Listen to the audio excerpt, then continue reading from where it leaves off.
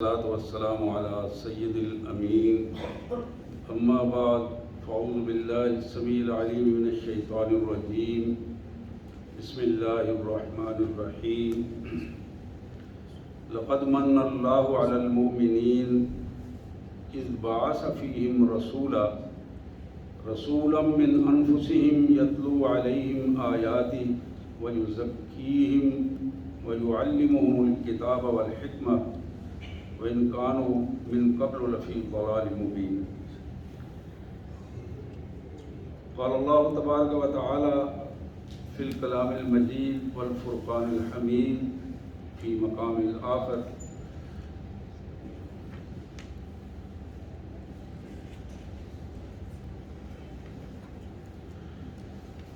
بسم الله الرحمن الرحيم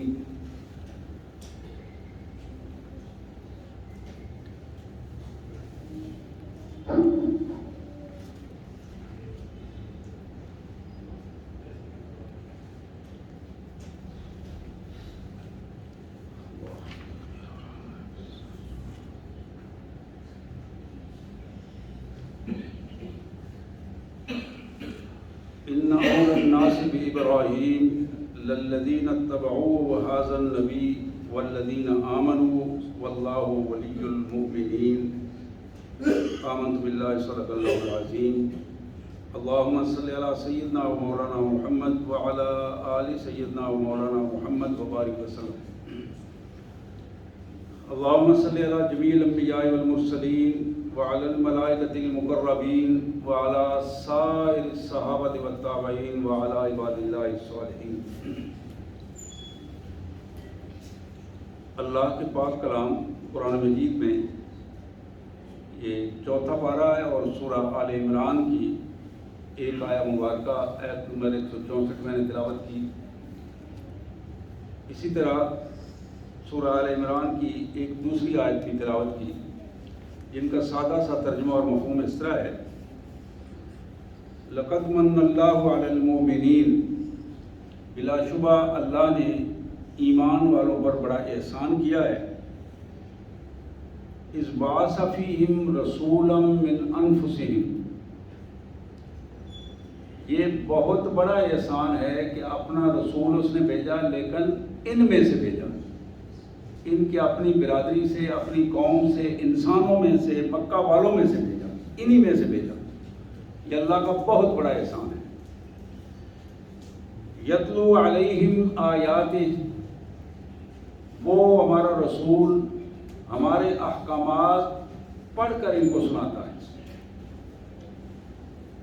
وَيُزَكِّيهِمْ، ان کے دل و دماغ کو پاک اور صاف کرتا ہے. وَيُعَلِّمُهُمُ الْكِتَابَ وَالْحِكْمَةَ، اور میرا رسول تیسرا کام اس کا یہ ہے کہ وہ اللہ کی کتاب قرآن مجید اور اپنی سنت کے ذریعے تعلیم کو مکمل کرے اور ان کو ایجوکیٹ کرے اور ان کے ذہنی سطح جو ہے اسے بلند کر دے. وَإِن كَانُوا مِن قَبْلُ لَفِي ضَلَالٍ مُبِينٍ، اور یہ بات حقیقت ہے اور سب جانتے ہیں اس نبی کے آنے سے پہلے یہ لوگ کھلی گمراہی میں موجود تھے. دوسری آیت مبارکہ جو میں نے تلاوت کی تھی اس کا مفہوم اس طرح ہے: یہودیوں اور عیسائیوں کو یہ بات نوٹ کر لینی چاہیے کہ جناب ابراہیم علیہ السلام کے قریب ترین ان کے مشن کے اور ان کے نظریے کے اور ان کے عمل کے اور ان کی نسلاً قریب ترین جو شخصیت ہے وہ حاضر نبی، یہ ہمارا نبی ہے جو محمد رسول اللہ صلی اللہ علیہ وسلم سے قریب ترین ہے.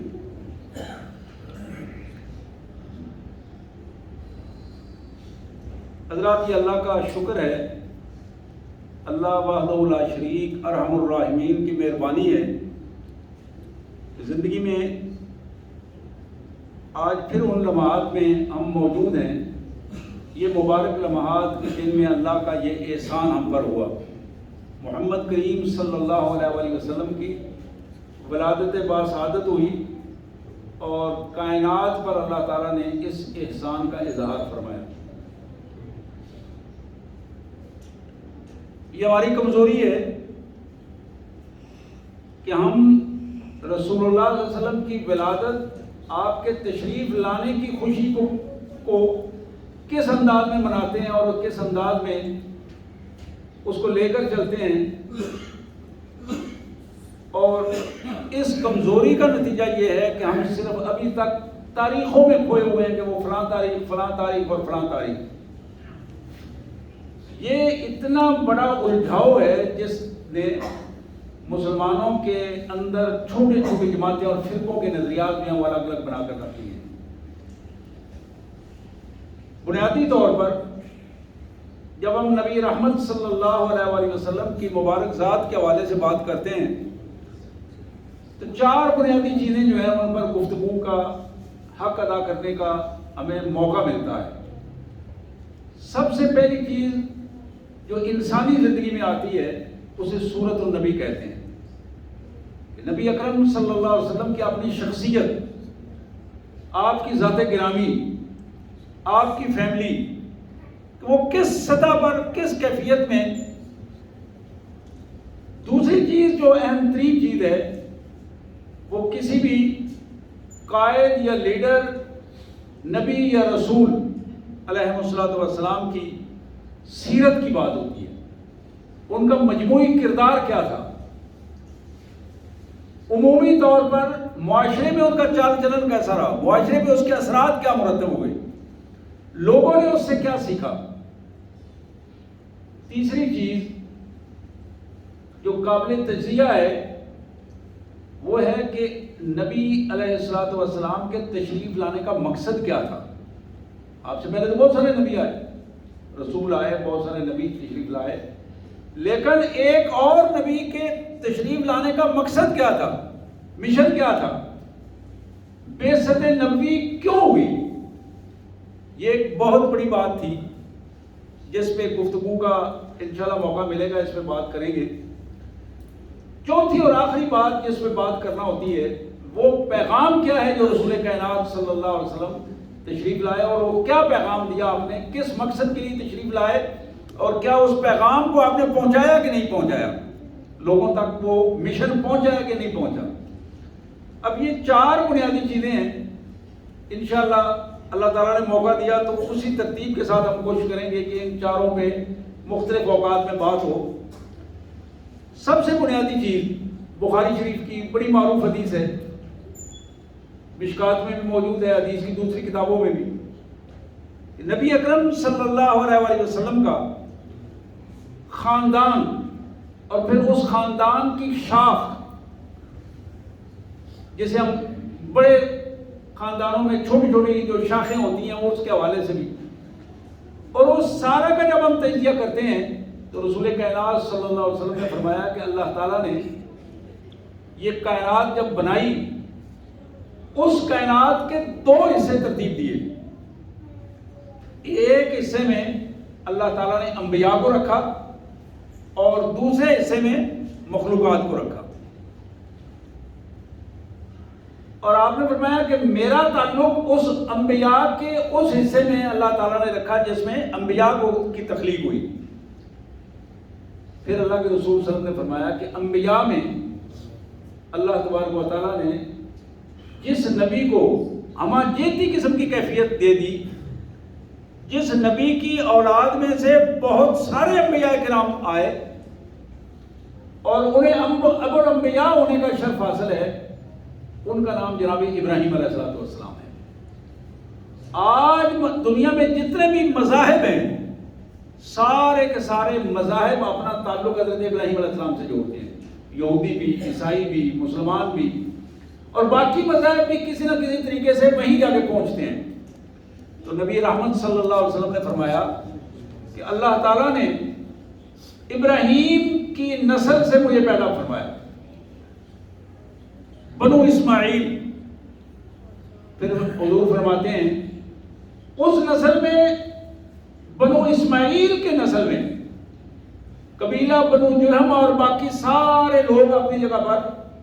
لیکن نبی رحمت صلی اللہ علیہ وسلم نے فرمایا کہ اللہ تعالیٰ نے اس بنو اسماعیل میں جس قبیلے کو شرف بخشا اس کا نام قریش تھا۔ باقی بہت سارے قبائل تھے، لیکن میرا تعلق قریش سے تھا اور اللہ تعالیٰ نے قریش کا انتخاب فرمایا۔ اور پھر رسول اکرم صلی اللہ علیہ وسلم نے فرمایا اللہ تعالیٰ نے قریش میں سے بنو کنانہ کو پسند فرمایا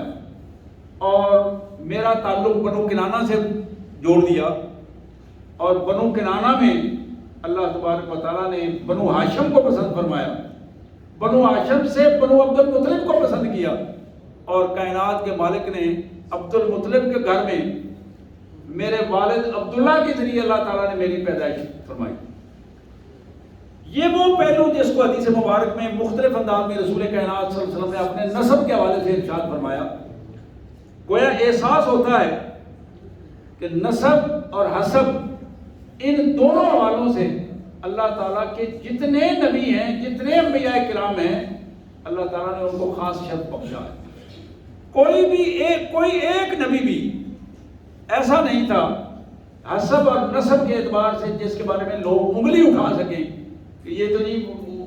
گرے ہوئے کسی سٹیٹس سے ہے، کسی ایسی برادری سے ہے کہ جس برادری میں لوگ جس کو اہمیت نہیں دیتے۔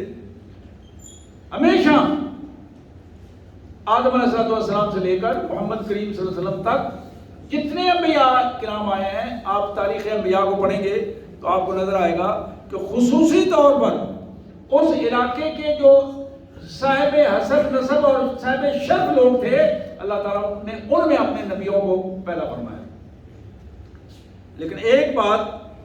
جو محمد کریم صلی اللہ علیہ وسلم نے فرمائی کہ لوگوں، کل قیامت کے دن تمام نسب ختم ہو جائیں گے۔ قیامت کے دن اللہ تعالیٰ تمام نسبوں کو ختم کر دے گا سوائے میرے نسب کے۔ ایک نسب ہے جسے اللہ تعالیٰ قائم رکھیں گے اور وہ محمد رسول اللہ صلی اللہ علیہ وسلم کا نسب ہوگا۔ ان کے علاوہ جتنے بھی نسب ہیں اس کائنات میں سارے کے سارے ختم ہو جائیں گے۔ اس میں دوسری اہم بات جو محمد کریم صلی اللہ علیہ وسلم نے حدیث مبارک میں فرمائی، آپ نے کئی دفعہ یہ حدیث سنی ہوگی، حضور نے فرمایا کہ لوگوں یاد رکھو نسب بڑی اہمیت رکھتا ہے، لیکن جس کے عمل نے اسے پیچھے چھوڑ دیا اس کا نسب اسے آگے نہیں لے جائے گا۔ جس کے عمل نے اسے پیچھے چھوڑ دیا، یعنی وہ بندہ بدعمل رہا، بہت اچھے خاندان کا بندہ تھا، بہت اچھے شرف کا بندہ تھا، حسب نسب اس کا اچھا تھا، لیکن عمل اس کا ٹھیک نہیں تھا۔ جب عمل ٹھیک نہیں تھا تو اس کا نسب جو ہے اس کے لیے کسی قسم کے بلندی کا اور کسی قسم کی کامیابی کا کوئی ذریعہ نہیں بن سکے گا، وہ ذلت و رسوائی کے سوا اور کہیں نہیں جا سکے گا۔ اسی طرح نبی رحمت صلی اللہ علیہ وسلم کی مبارک شخصیت کے حوالے سے جب ہم دیکھتے ہیں، جناب حسان بن ثابت نے اس شخصیت کا ایک تجزیہ کیا ہے، کمال قسم کا تجزیہ کیا ہے، اور یہ رسول کائنات صلی اللہ علیہ وسلم کے سامنے بیٹھ کر آپ کو سنایا ہے انہوں نے۔ وَأَحْسَنُ مِنْكَ لَمْ تَرَ قَطُّ عَيْنٍ وَأَجْمَلُ مِنْكَ لَمْ تَرَدِ النِّسَاءُ خُلِقْتَ مُبَرًّا مِنْ كُلِّ عَيْبٍ كَأَنَّكَ قَدْ خُلِقْتَ كَمَا تَشَاءُ۔ کہتے ہیں کہ وَأَحْسَنُ مِنْكَ لَمْ تَرَ قَطُّ عَيْنٍ، میرے آقا حضور کو مخاطب کر کے کہتے ہیں کہ آپ سے خوبصورت میری آنکھ نے آج تک نہیں دیکھا، اور واقعتاً اگر یہ حقیقت ہے کہ کسی آنکھ نے بھی نہیں دیکھا۔ وَأَحْسَنُ مِنْكَ لَمْ تَرَ قَطُّ عَيْنٍ وَأَجْمَلُ مِنْكَ لَمْ تَلِدِ النِّسَاءُ۔ اور اگر میں اس بات کو ایک جملے میں ختم کرنا چاہوں، کہتے ہیں کہ پھر میں یہ کہوں گا اس کائنات کی کسی ماں نے آپ سے خوبصورت جنا ہی نہیں ہے۔ کسی ماں کی گود میں اس سے بہتر کوئی شخص نہیں آیا۔ کائنات کا کہ مالک نے اس کائنات میں شخصیت کے اعتبار سے، حسن کے اعتبار سے، صورت نبی صلی اللہ علیہ وسلم کے اعتبار سے جس کو ایک مکمل انسان پیدا کیا ہے وہ محمد کریم صلی اللہ علیہ وسلم کی ذات مبارک ہے۔ اور پھر کہتے ہیں خلقت مبرم من کل عیب۔ اللہ کریم نے جو خود عیبوں سے پاک ہے، وہ مالک ہے، اپنی مخلوقات میں آپ واحد بندے ہیں جن کو اللہ نے عیبوں سے پاک پیدا کیا ہے، معصوم بنایا ہے۔ خلقت مبرم من کل عیب، ہر عیب سے اللہ تعالیٰ نے آپ کی حفاظت فرمائی اور پاک کر دیا. کَأَنَّكَ قَدْ خُلِقْتَ كَمَا تَشَاءُ. کہتے ہیں میں تو پھر یہ کہوں گا کہ اللہ نے آپ سے پوچھ پوچھ کر آپ کو بنایا ہے. جس طرح آپ نے چاہا ہے اللہ تعالیٰ نے اس طرح آپ کو تخلیق کیا، اسی انداز میں آپ کا جسم اثر جو ہے وہ بنا دیا ہے. اسی کیفیت کو ایک فارسی والے نے اپنے انداز میں بیان کیا تو کہتے ہیں کہ آفاقہا گردیدام مہر بتاں ورزیدام بسیار خوباں دیدام لیکن تو چیزیں دیگری. میں نے دنیا بھر کی سیر کی ہے، دنیا بھر کے لوگوں کو دیکھا ہے، مختلف قبیلوں، علاقوں اور شہروں اور ملکوں میں گیا ہوں. آفاق کہا گردیدام، آفاق پورے زمانے کو کہتے ہیں. میں نے زمانہ پھرا ہے، میرے پتہ ورزیدام، اور بڑے بڑے خوبصورت لوگوں کو دیکھنے کا اتفاق ہوا ہے. بسیار خوباں دیدام، بڑے بڑے خوبصورت لوگوں کو دیکھنے کا اتفاق ہوا ہے ایک دوسرے سے بڑھ کر. لیکن تو چیزیں دیگری، کائنات کے مالک نے تجھے ایک الگ ہی چیز پیدا کیا ہے، ایک الگ حسن دیا ہے، ایک الگ شخصیت دی ہے. آپ کی شخصیت کے قریب قریب بھی کوئی شخصیت ایسی نہیں جو مکمل طور پر آپ کا پرتوں کی صورت میں اختیار کر سکے. جناب جابر بن عبداللہ، ان کی یہ روایت بخاری میں، مسلم میں، مشکات میں موجود ہے. جناب جابر بن عبداللہ رضی اللہ تعالی عنہ کہتے ہیں کہ اتفاق یہ تھا کہ میں ایک رات مسجد نبی میں حاضر ہوا، دیکھا کہ نبی صلی اللہ علیہ وسلم تشریف فرما ہے اور آپ نے ایک سرخ رنگ کا ایک ہلا، ایک جبہ ٹائپ پہنا ہوا تھا اور یہ چاندنی رات تھی، مکمل چاند جو ہے وہ اپنے عروج پر تھا. کہتے ہیں کہ وہ چاند کا عکس اپنی جگہ پہ، میں نے چاند کی طرف دیکھا اور پھر محمد رسول اللہ صلی اللہ علیہ وسلم کی طرف دیکھا. اب وہ کہتے ہیں کہ میں ایک نظر میں تو فیصلہ نہ کر سکا، اب بار بار میری نظر چاند کی طرف اٹھتی تھی، بار بار رسول اللہ صلی اللہ علیہ وسلم کے چہرہ انور کی طرف اٹھتی تھی. کہتے ہیں خدا کی قسم اٹھا کر کہتا ہوں کہ میری نظر آپ کے چہرے پر ٹک گئی اور میں نے کہا کہ چاند کا چہرہ تو صاف نہیں ہے، لیکن محمد رسول اللہ صلی اللہ علیہ وسلم کے چہرہ اس کے مقابلے میں، چاند ان کے مقابلے میں کوئی حیثیت نہیں رکھتا. اسی طرح میں ایک حدیث پڑھ رہا تھا، ایک پوتے نے اپنی دادی جان جو صحابیہ تھی، بزرگ ہو گئی تھی، یہ تابعی اور تبع تابعی تھے پوتا، اس نے اپنی دادی جان سے پوچھا کہ اماں جی کبھی اتفاق ہوا آپ کی زندگی میں آپ نے اللہ کے رسول صلی اللہ علیہ وسلم کو اپنی نظروں سے دیکھا ہو؟ تو کہنے لگی ہاں بیٹا، کئی دفعہ میں نے اپنے پیارے حبیب صلی اللہ علیہ وسلم کو دیکھا ہے. انہوں نے کہا کہ کوئی ان کی مثال، کوئی ایسی چیز بتائیں کہ ہمیں اندازہ ہو کہ آپ کی مبارک شخصیت کیا تھی. تو اماں جی کہنے لگے خدا کی قسم جب بھی میں نے محمد رسول اللہ صلی اللہ علیہ وسلم کے چہرہ انور کی طرف دیکھا ہے تو مجھے ایسے محسوس ہوتا تھا جیسے چمکتا ہوا ایک سورج ہے،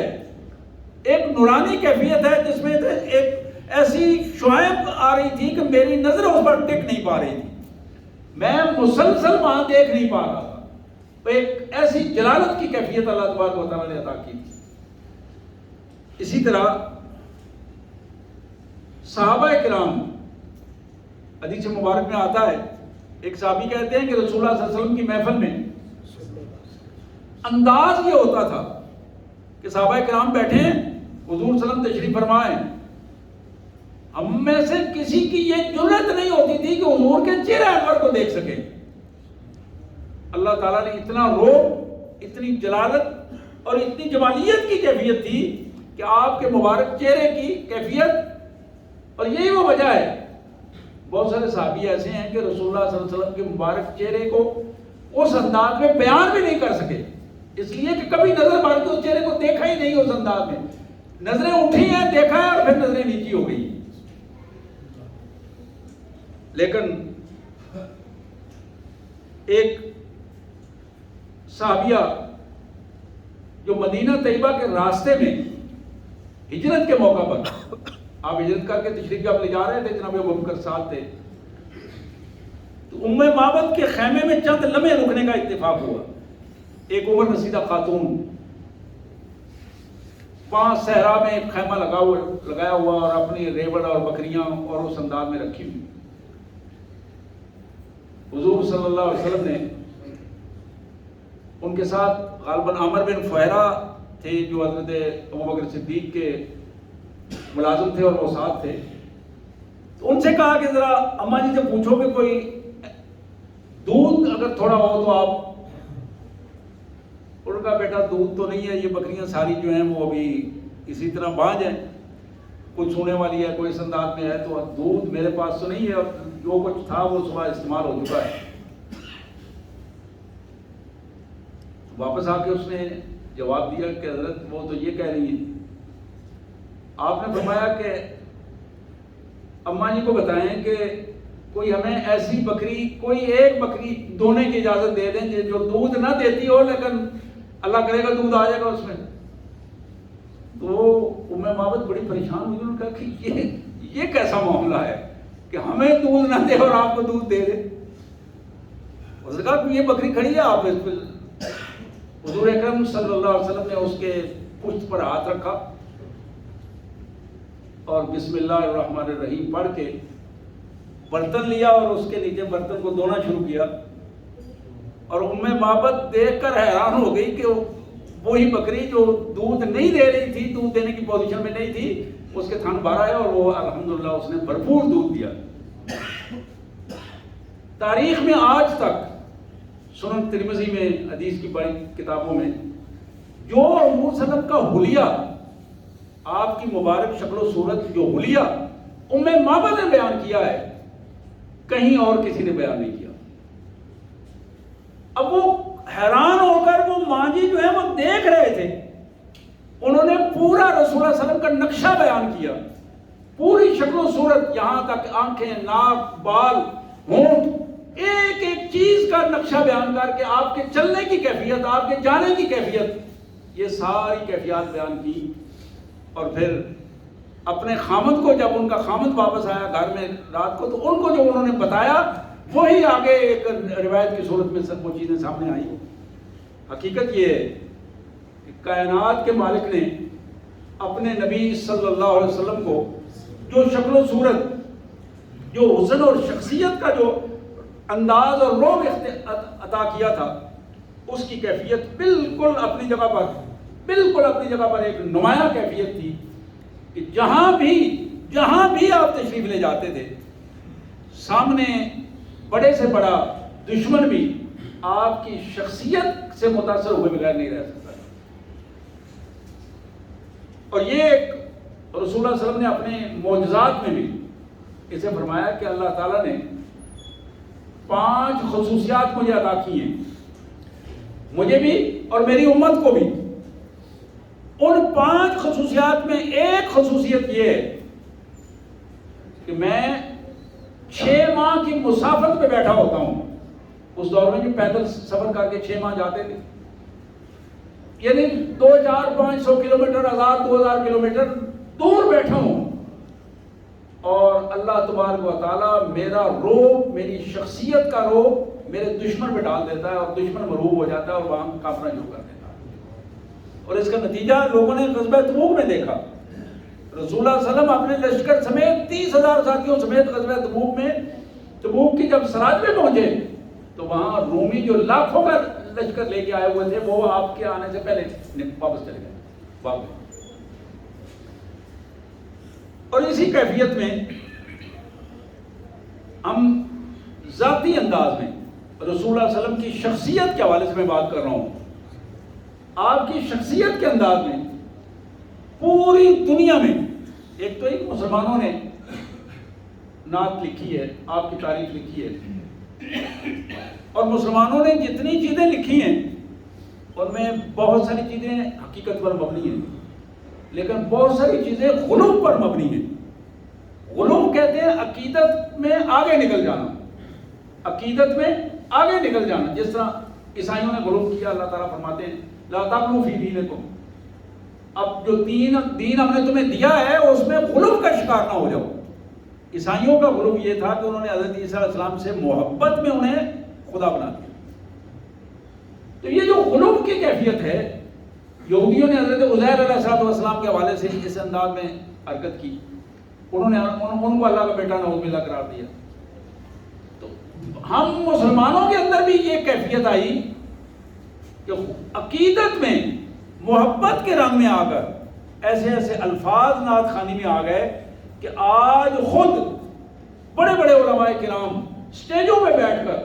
نعت خوانوں کو نعت نہیں پڑھنے دے رہے، اس لیے کہ تم شرک کرتے ہو اور تم گستاخی کرتے ہو، جس کو تم محبت کہہ رہے ہو، اپنا پیسہ کمانے کے لیے تم نے ظلم و زیادتی کا مزاج بنا رکھا ہے. تو یہ جو غلو کی کیفیت ہے یہ اپنی جگہ پر، لیکن میں عرض کر رہا تھا عیسائیوں نے، یہودیوں نے، بت پرستوں نے، ہندوؤں نے رسول اللہ صلی اللہ علیہ وسلم کی شان میں نعتیں کہی ہیں. وہ ہندو بڑا معروف ہے، پورے میڈیا پہ بھی اس کی وہ نعتیں آتی ہیں، نبی جتنے تمہارے ہیں نبی اتنے ہمارے ہیں، وہ الفاظ. تو اس سے پوچھا گیا کہ تم ہندو ہو کر یہ وہ مسلمانوں کی نبی کی تعریف کیوں کرتے ہو؟ اس نے کہا یاد رکھو، نبی نبی ہوتا ہے اور وہ پورے زمانے کا نبی ہوتا ہے، چاہے اس میں ہندو ہو، عیسائی ہو، کوئی بھی ہو. کوئی اس کو مانے تو مانے گا تو وہ نبی کا اطاعت گزار ہوگا،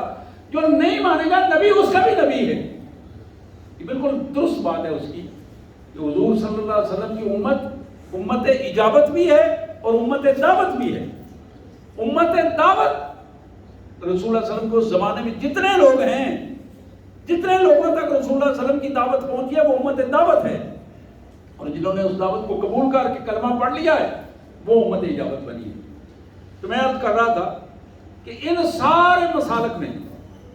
سارے مذاہب میں اللہ کے رسول صلی اللہ علیہ وسلم کو مختلف حوالوں سے خراج عقیدت پیش کیا انہوں نے اپنے انداز میں. غالب نے بڑی کمال بات کہی تھی. یوں تو غالب کے اشعار دوسرے انداز میں بھی موجود ہیں، لیکن رسول اللہ صلی اللہ علیہ وسلم کی نعت کے حوالے سے جب بات ہوئی تو اس نے کہا ثنائے خواجہ بیزداں گذاشتے ہیں، کہاں ذات پاک مرتبہ دانے محمد اس. محمد کریم صلی اللہ علیہ وسلم کی تعریف ہم اس موضوع کو صرف اپنے اللہ پر چھوڑتے ہیں، اس لیے کہ اللہ ہی حضور صلی اللہ علیہ وسلم کا مرتبہ بیان کر سکتا ہے. جس نے انہیں پیدا کیا، جس نے انہیں مرتبہ عطا کیا ہے، وہ مالک ہی ان کا مرتبہ جو ہے ہمارے سامنے رکھ سکتا ہے. حضرات یہی وہ کیفیت ہے جس کیفیت کو سیدہ عائشہ صدیقہ ام المومنین سلام اللہ علیہا،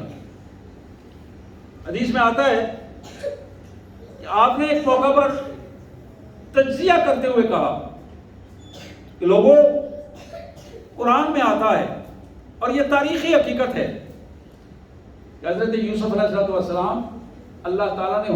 حسن کا مرقع عطا کیا تھا. اللہ کے نبی، اللہ کے رسول، اللہ تعالیٰ نے اپنے نبی اور رسول کو کمال خوبصورت بنایا جناب یوسف علیہ السلام. اور قرآن یہ کہتا ہے کہ جناب یوسف علیہ السلام کے حسن کو دیکھ کر مصر کی اشرافیہ کی خواتین نے اپنی انگلیاں کاٹ لی تھیں. ہماری ماں سیدہ عائشہ صدیقہ سلام اللہ علیہ کا کہنا ہے کہ خدا کی قسم انہوں نے یوسف علیہ السلام کو دیکھ کر اپنی انگلیاں کاٹی ہیں، لیکن اگر وہ میرے محمد کو دیکھ لیتی تو اپنے گردنیں کٹوانے کے لیے تیار ہو جاتی. اور یہ محض جذباتی بات نہیں تھی. محمد الرسول اللہ صلی اللہ علیہ وسلم کے ایک حکم پر حضور صلی اللہ علیہ وسلم نے جب غزوہ بدر کے لیے ایک محفل اور مشاورت کی محفل جمائی تو اس میں آپ نے سوال کیا مہاجرین سے بھی، انصار سے بھی، کہ بتائیں کیا پروگرام ہے اور یہ سلسلہ ہے اور اللہ کا یہ حکم ہے اور ہم نے نکلنا ہے جہاد کے لیے. ایک دفعہ، دو دفعہ، تین دفعہ مہاجرین نے اس کو جواب دیا. مہاجرین نے اپنی سارا پلان بتایا تو وہاں رئیس الانصار اٹھے اور کہنے لگے اللہ کے رسول صلی اللہ علیہ وسلم میں نے محسوس کیا کہ میرے ذہن میں تھا کہ مہاجرین نے جو جواب دیا ہے وہی ہمارا جواب، وہ ہمارے بھائی ہیں جو انہوں نے کہا ٹھیک ہے، لیکن آپ نے دوبارہ جب ارشاد فرمایا تو میں نے محسوس کیا کہ میں عرض کروں۔ تو گزارش یہ ہے اللہ کے پیارے حبیب، ہم آپ کی امت ہیں، قوم موسیٰ نہیں ہے۔ قوم موسیٰ نے قرآن یہ بتاتا ہے کہ اپنے نبی کو یہ کہا کہ فَذَهَبْ أَنْتَ وَرَبُّكَ فَقَاتِلَا إِنَّا هَاهُنَا قَاعِدُونَ، موسیٰ آپ جائیں، آپ کا رب جائے، وہاں لڑائی کر لو، جب کامیاب ہو گئے ہمیں بتا دینا، ہم بھی آ جائیں گے۔ کہنے لگے ہم قوم موسیٰ نہیں ہیں،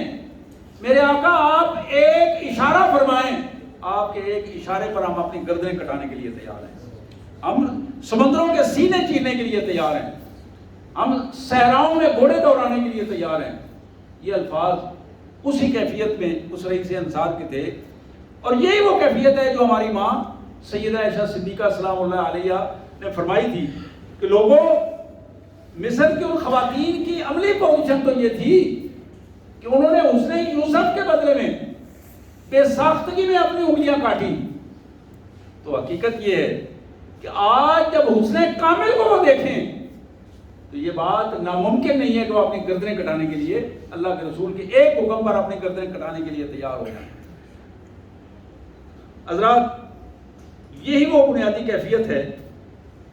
جس کیفیت میں بحیثیت انسان ان ساری شخصیات کے سارے فضائل کے باوجود ہم جب آخر پہ بات کرتے ہیں